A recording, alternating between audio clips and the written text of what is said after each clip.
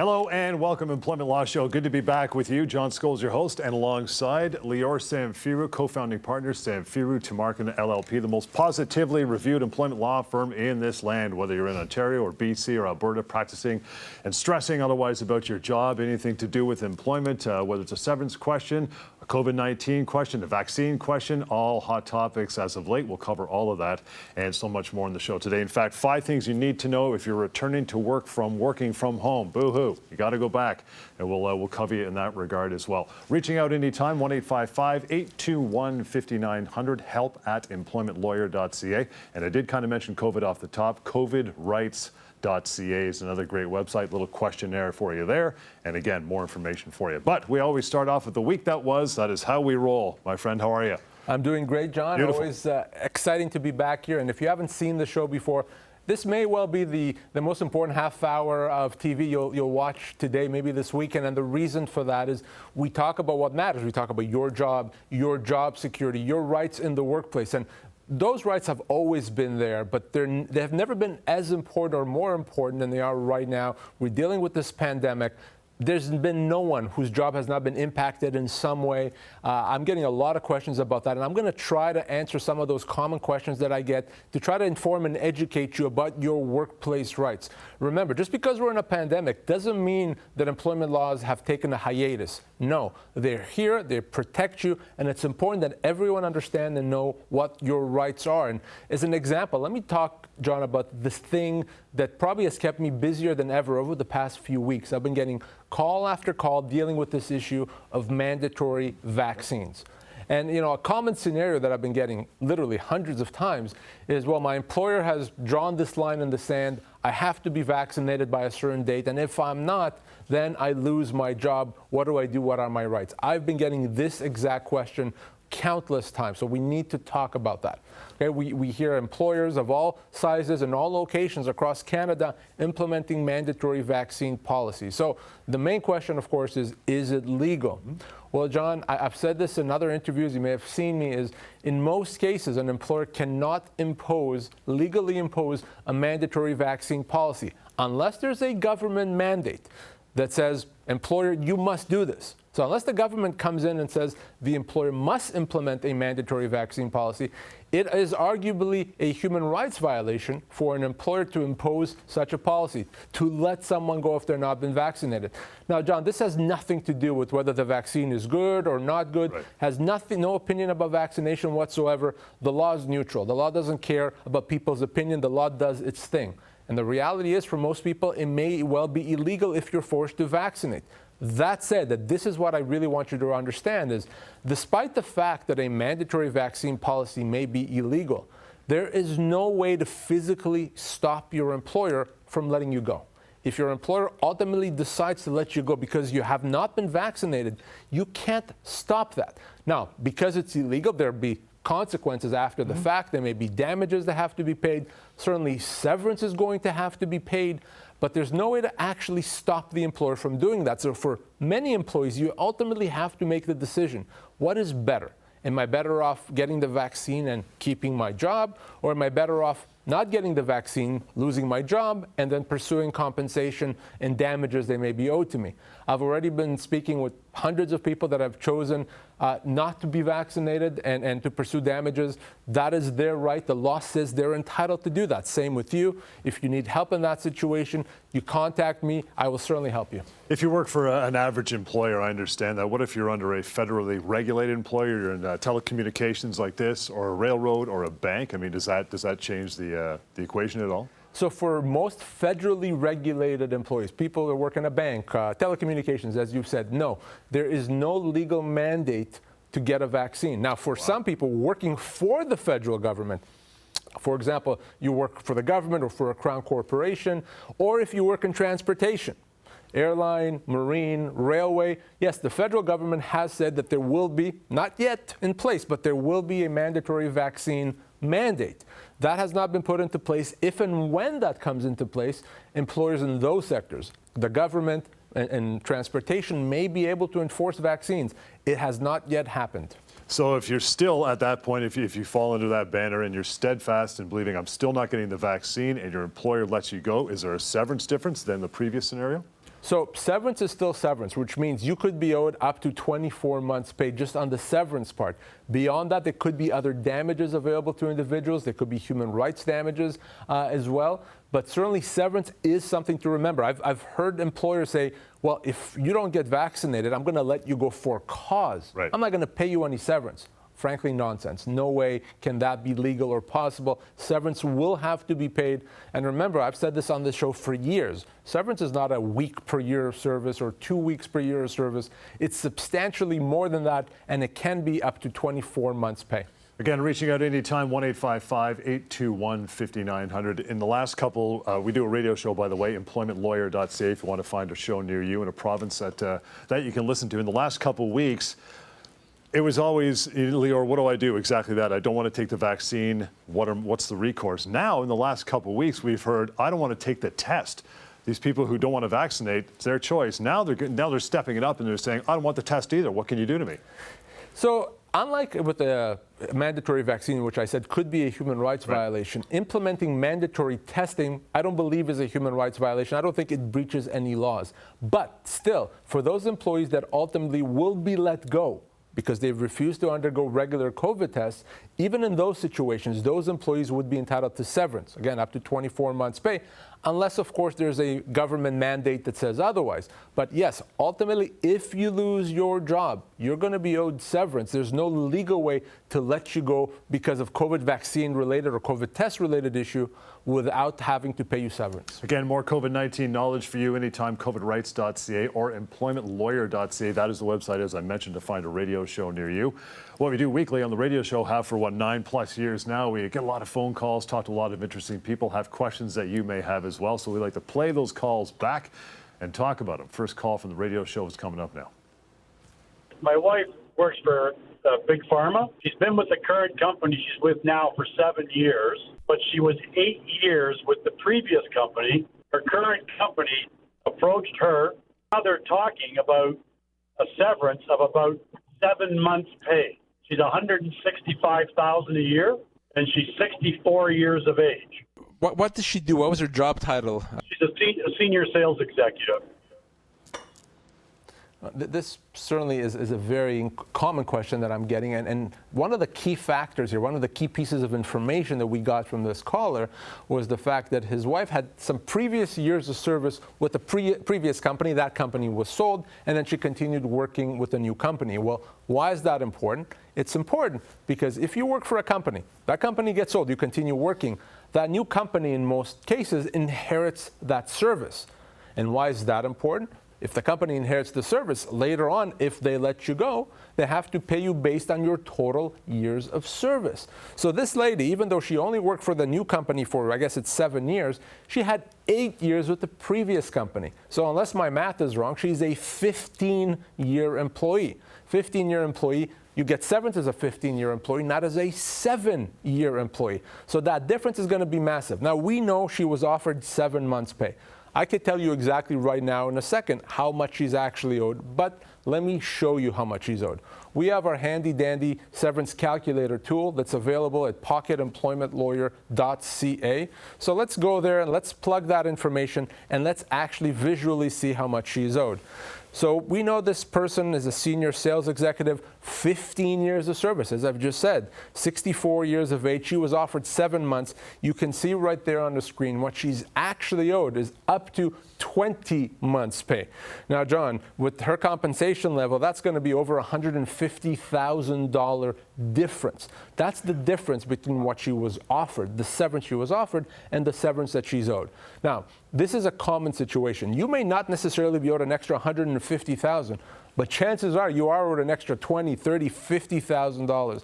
If you lose your job, I don't care what you think the offer is, if you think it's good or not, get that advice or simply go to pocketemploymentlawyer.ca. You know, you look at that number of 7 months versus up to 20 months, it's a big gap. So you're thinking, based on that metric, what was the biggest factor in that? Was it the additional 8 months of employment, or was it the fact that she was 64 years old? They're all factors. Yeah. So the longer you work, the older you are, the more senior a position, that all is going to impact your severance. So yes, 15 years instead of 7, that makes a big difference. If she was 34 instead of 64, she'd also be owed less. It's assumed, right or wrong, maybe it's wrong, but that's what the law assumes, that if you're 64, it may take you longer to find another job than if you were 34. Well, if that's the case, that means your severance has to compensate for that and provide you additional compensation. So again, it's not a straightforward line. I've worked for a year, I get a week. I worked for 2 years, I get 2 weeks. Not even close to that. It's a lot more. That's why we're here, to educate you so you understand what your rights are. Every week this show brings about questions in your mind, but the show is over. You want a place to ask them. Terminationquestions.com. Fantastic resource. Again, it's free. It's anonymous. You can go there, ask your questions. A member of Lior's team will answer them quickly as well. Terminationquestions.com. Lior, let me throw this one at you. First one for the day comes from Janice. Says, my friend is going to start looking for new work because she recently learned that she will be fired soon. There are many companies in the area who would love to hire her. However, her employment contract contains a non-compete clause. What are her options? Many people have non-compete clauses in their employment agreement. Some people don't even necessarily realize that until it's time to consider leaving. So a non-compete clause essentially is a term in an employment agreement that says if you leave us, you can work for a competitor for a certain period of time. Now, let me share a secret with you. And if you watched it before, us before, maybe it's not a secret. But the reality is, for most people, the vast majority of people, a non-compete obligation, non-compete clause is not enforceable. Our courts have said we don't like these things because they prevent people from earning a living. It's only going to be enforceable for the most senior executives. That said, the problem here is not whether it's enforceable. The problem is whether your former employer is going to try to enforce it. You don't want to get into a legal dispute with your former employer over a non-compete. That could be lengthy and costly. So my best advice, if you're going to breach a non-compete, despite the fact that it may not be enforceable, talk to your former employer. Let them know, I'm not going to go after your clients, I'm not going to try to hurt your business, but I do want to be able to work somewhere else. I think that most employers are going to be understanding and accommodating, but if your employer ultimately says, no, we're going to hold you to it, you have to decide ultimately whether you want to get into that dispute. Make sure you tell the new company you're going to work for that you have this issue so that they're aware. You can't just ignore a non-compete. So even if you sign this as part of an employment contract, there is a way that it might not be enforceable, even if you signed way back when. Yes. Well. Our courts still have discretion to determine whether something is enforceable or not. And what the courts have said very clearly throughout Canada is terms that prevent someone from earning a living, from getting their livelihood, from earning a livelihood, it's against public policy. We don't like it. So we're not going to enforce it except for the most senior executives. So that's something you have to understand. But again, that is in court. And you always want to try to avoid going to court over these non-compete issues. It's not a pleasant experience. How about the sister clause, the non-solicitation? How about that one? Same thing? So unlike a non-compete, a non-solicitation clause is enforceable. A non-solicitation clause simply says if you leave us, you can't go after our customers, you can't go after our clients or suppliers. That is enforceable in most cases. So if you're going to leave a company, abide by it. Otherwise, it's an invitation for legal trouble. Unless some of their clients come to you, say, hey, I heard you're breaking off on your own, Lior, I want to come join you and work for you. That's fine, right? Certainly. Solicitation has to do with who made the first move. Right. So if you went after clients, yeah, you've breached a non-solicitation. If they said, hey, I hear you're over there and I want to work with you, then you did not solicit, and that is absolutely fine. Coming up, returning to work after being at home, going back to the office. It is happening. We'll cover that on, in a few minutes after a short break. 1-855-821-5900 and employmentlawyer.ca. Employment Law Show continues. Stick around. People think you should go to the government to get severance pay. Employmentlawyer.ca says that is a myth. Government can only help you get minimum severance, but not everything you're entitled to. Always check with the employment lawyer first at employmentlawyer.ca. If your long-term disability claim is denied, should you appeal? Appeals often fail because insurance companies control the process. So long as you appeal, you're playing by their rules. You should never appeal the denial of your disability benefits. Appeals are just a mirage of false hope. Don't. That's their process. Take it out of their hands and fight for your rights with our help. Go to disabilityrights.ca. Discover your rights, fight back, and get what you're owed. People think their employer can make changes to their job. EmploymentLawyer.ca says that is a myth. Your employer can't change your pay, hours, or duties. You may be entitled to full severance pay. Always check with the employment lawyer first at EmploymentLawyer.ca.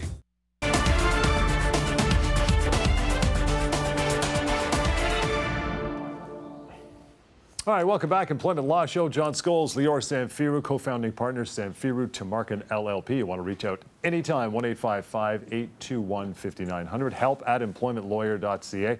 And for the purpose of learning more about COVID-19 and your workplace rights and vaccinations and all that stuff, covidrights.ca. But Lior, I want to get to this. So 5 things you need to know about returning to the office from remote work.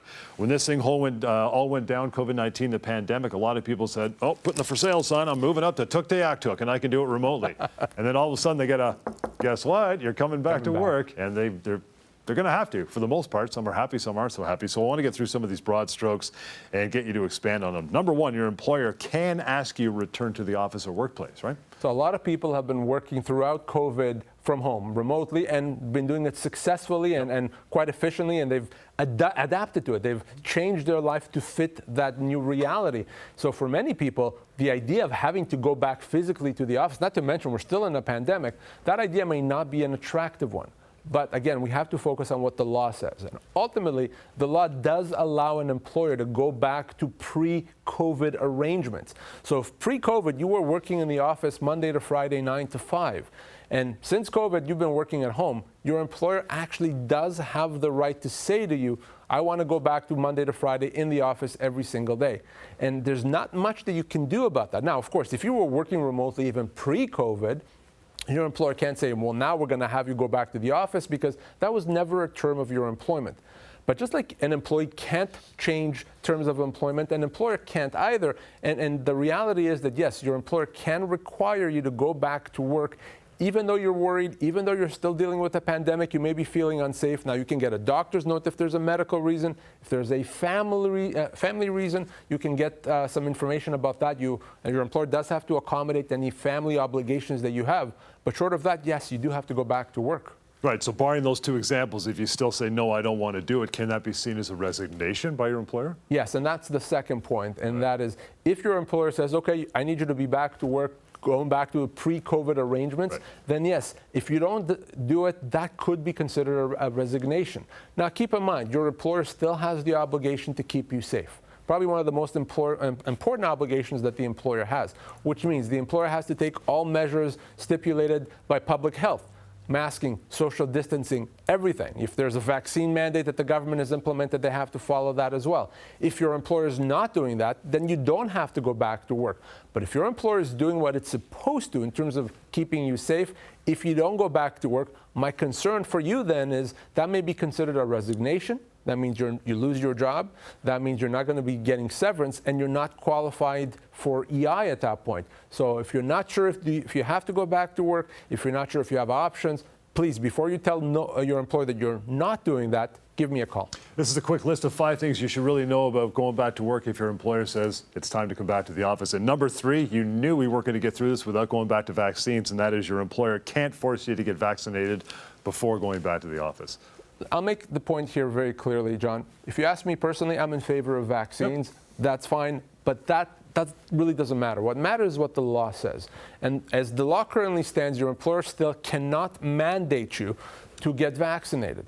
If there's no government mandate in place that ties the employer's hands in that respect, your employer cannot make it a condition of returning to work that you get vaccinated and penalize you if you don't. That could be a human rights violation, despite what we all may think of vaccines, even though we may support them.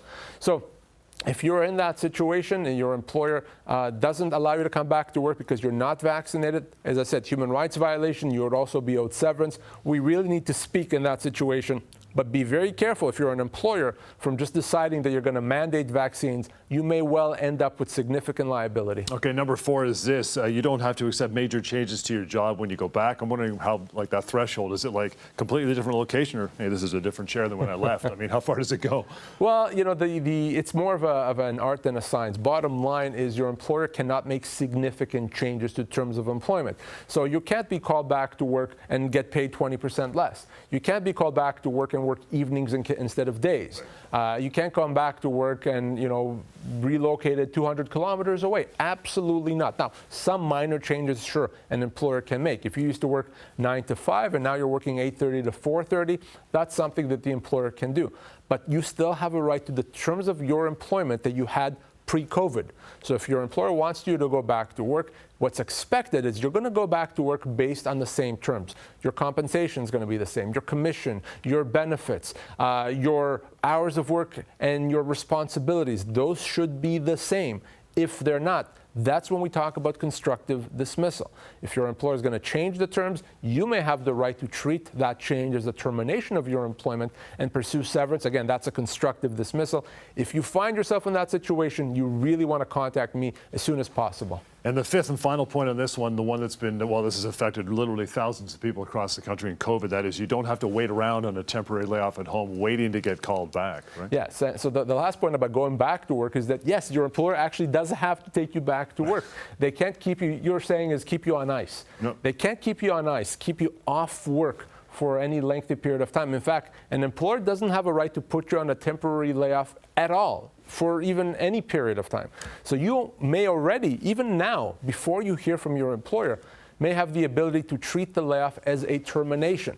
You don't have to sit at home and wonder and hope that they'll call you back and check your messages repeatedly to see if there's a word from your employer. You can make the decision, if you want, to treat your employment as being at an end and require your employer to pay you severance. If you don't do that, you could be waiting indefinitely, because at that point, the employer is making the decision. So you decide, do you make the decision, or do you give the employer the ability to make the decision? If you've had enough, if you want your severance, you want to just cut ties and move on, you have to give me a call. That's easy to do, as well as, you know, 1-855-821-5900, help@employmentlawyer.ca. And as mentioned, employmentlawyer.ca, that's the website to find a radio show that we host near you. And phone call number 2 from one of those radio shows is coming up right now. If an employer is relocating and an employee doesn't want to travel to the new location, is the employee entitled to any severance on the grounds that the conditions of employment have been changed? So, just covered it. Perfect phone call. Good timing. Couldn't be better. It's almost like we planned it. Yeah. But here's the reality is that, again, the devil's in the details. So the fact that the employer has moved in and of itself may not be an issue. So if they move to a factory across the street, well, generally speaking, there's not going to be an issue, even though you said, listen, across the street, I liked it better there. It was closer to the Starbucks, so it was fine. I don't want to go across the street. Well, there's not much you can do about that. But if it's a significant change, and here's what I mean by significant. If because of the move, you're going to be spending an extra hour a day to get to work or from work, that is a big change. That is constructive dismissal territory. So it's not so much about the distance. We don't care whether it's 10 kilometers or 110 kilometers. It's about how it impacts you. So if your employer relocates, again, it's going to impact you by more than an hour a day. You have the ability at that point, if you choose, to say, that's a constructive dismissal, I'm not going to do that. And employer, you're going to have to pay me severance. It makes sense, because you and I could live in the same neighborhood, work at the same place, but I have to take 3 buses while you drive. That'll impact me differently, right? Absolutely. I once represented a lady who lived in North Toronto and walked to work for years and years, walked to work because her employer was very close. That employer moved to downtown Toronto, but because of where she lived, she would have to take public transportation. It would take her about 2 hours each way to get to work. That's a huge change where, you know, if she lived close to a subway line or she had a car, it may not be a big deal. So again, the question always is, how does that move impact you? Keep in mind that 1 hour difference. Lots more coming up. Got to take a short break. In the meantime, contact 1-855-821-5900, help@employmentlawyer.ca, and all the stuff about vaccines and covidrights.ca as well. It's the Employment Law Show. We have more coming up. People think contractors aren't owed severance. EmploymentLawyer.ca says that is a myth. Many contractors are actually employees and are entitled to full severance pay. Always check with the employment lawyer first at EmploymentLawyer.ca. How do you force insurance companies to pay long-term disability claims? Insurance companies deny legitimate claims all the time. They're playing the odds. They know that most people are just going to walk away. Your insurer may ignore you. They may even ignore your doctors, but they can't ignore us. We know how insurance companies work. We know their weaknesses. We know how to use the legal process to force them to pay you what you're owed. Go to disabilityrights.ca. Discover your rights, fight back, and get what you're owed. People think you are only owed 2 weeks' pay when you lose your job. EmploymentLawyer.ca says that is a myth. You may be owed much more than 2 weeks per year. Don't settle for less. Always check with the employment lawyer first at employmentlawyer.ca.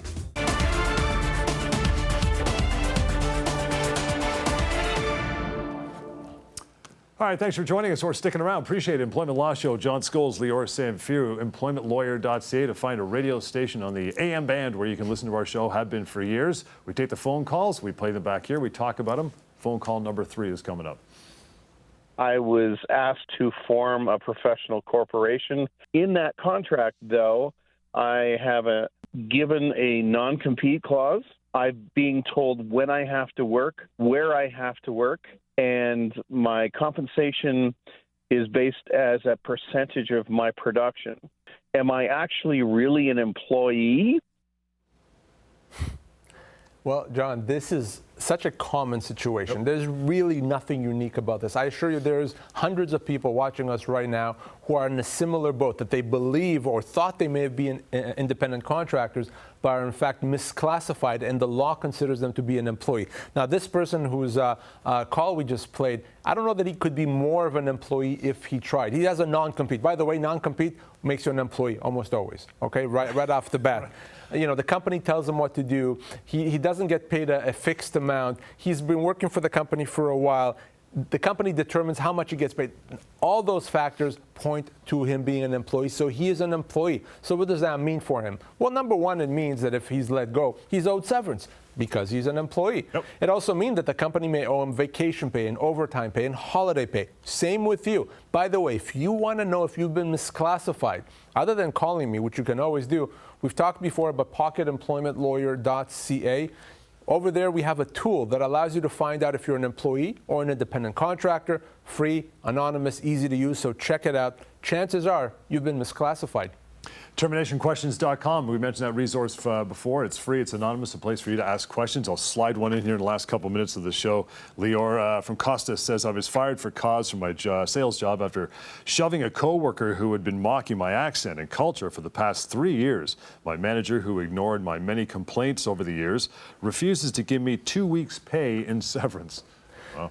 So, listen, I'm going to be very clear here. Do not hate your coworkers. Never an excuse for that. Always unacceptable. So I'm going to say right off the bat with Costas, no, he should never have put his hands on anyone. That's not acceptable. But that's not the question. The question is, in the circumstances of this scenario, is it just cause? In other words, is it bad enough to be deserving of the capital punishment of the employment relationship? And chances are it's not. There is context. He had been dealing with these issues with this employee. He spoke to the employer didn't do anything. And hopefully, you know, what Costas did, even though physically assaulting, touching someone, hopefully did not cause any injuries. So in the context of all that, while not good, and certainly something that he could be disciplined for, it's not just cause. He's owed his full severance. And by the way, John, you know this, his severance is much more than 2 weeks. So let's go to pocketemploymentlawyer.ca. Let's plug his information in so we can see how much severance he is actually owed. So we know he's been there for 3 years. Let's say he's 53 years old. We can see he was talking about 2 weeks' pay. You can see right at the bottom he's owed up to 6 months' pay. 6 months' pay, that's what he is owed, John. Even though he did something wrong, even if you did something wrong, that does not mean you get disqualified from getting severance. So you will get severance unless you did something terrible. You want to make sure, you want to know, you give me a call. Or like Lior said, go to pocketemploymentlawyer.ca is a good place to start. Email help@employmentlawyer.ca anytime. And the phone number, we give it out. You can find that online, 1-855-821-5900. Vaccines, COVID questions, covidrights.ca. Thanks for watching. We'll catch you next time. Employment Law Show. Closed captioning of this program is brought to you in part by SeverancePayCalculator.com. Find out how much you are owed right now. SeverancePayCalculator.com.